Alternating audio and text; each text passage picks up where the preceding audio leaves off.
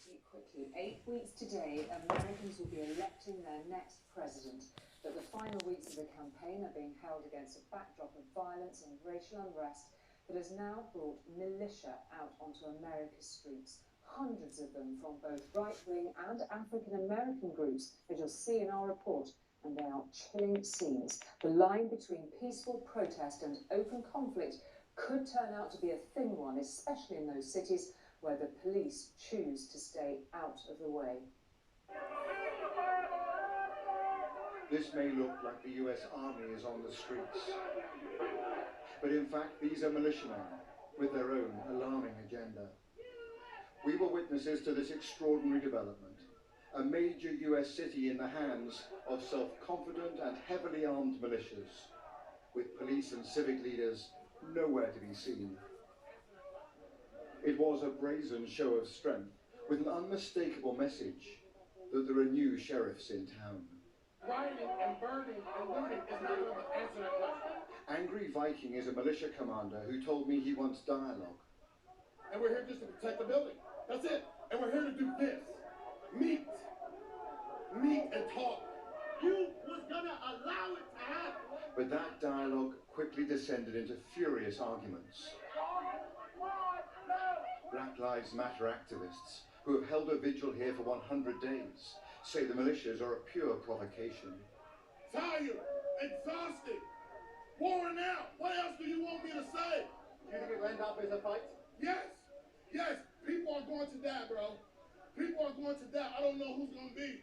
Which militia are you from? Many of these disparate groups Which militia are you from? had no interest in identifying themselves. Which militia are you from? We are all Americans here. We're all Americans here. We're all here for the same. We're all here actually against you. Is what we're here against. You're impeding me from moving my group that way.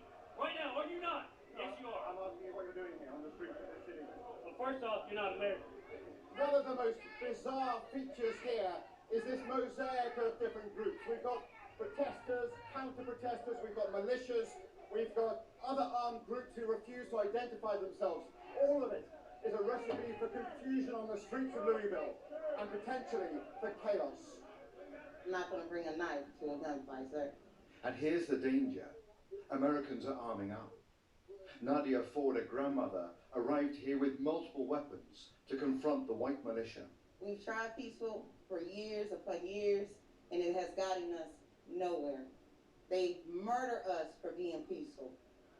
So only when we stand up do they maybe take us seriously. And that's what we're going to do. We're going to stand up against this hate in America. Eventually, some police did break cover, and this civil rights lawyer, heavily armed himself, said his aim was to run the militias out of town amid multiple threats to his life. They said they're going to blow out the back of my brains and they'll find out where I live, etc., So etc. where is America that a lawyer has to walk the streets with body armor, a pistol, and a long arm? Thank you. Well, because I'm going to defend myself and I'm not going to be shot down in the streets. America's militias are emboldened at this volatile moment, emerging out of the shadows in a way I have never seen before. When I move you to the street, you will load your weapon. A few miles up the road, we saw a whole new phenomenon. An African-American militia with hundreds of troops. They have a black nationalist agenda. It's as much a cult as a military formation. This is the NFAC militia. It is well organized and quasi-military. It also proves a militia does not have to be white and right-wing. As hundreds of their armed followers marched through a residential suburb, we glimpsed their mysterious leader, known as Grandmaster Jay. He is a charismatic but enigmatic figure. Fearing assassination, his bodyguards surround him at every moment. What is clear is that these militias have a new swagger. While the election campaign gathers pace, other forces are showing they will fill the security void after this long summer of protests and violence.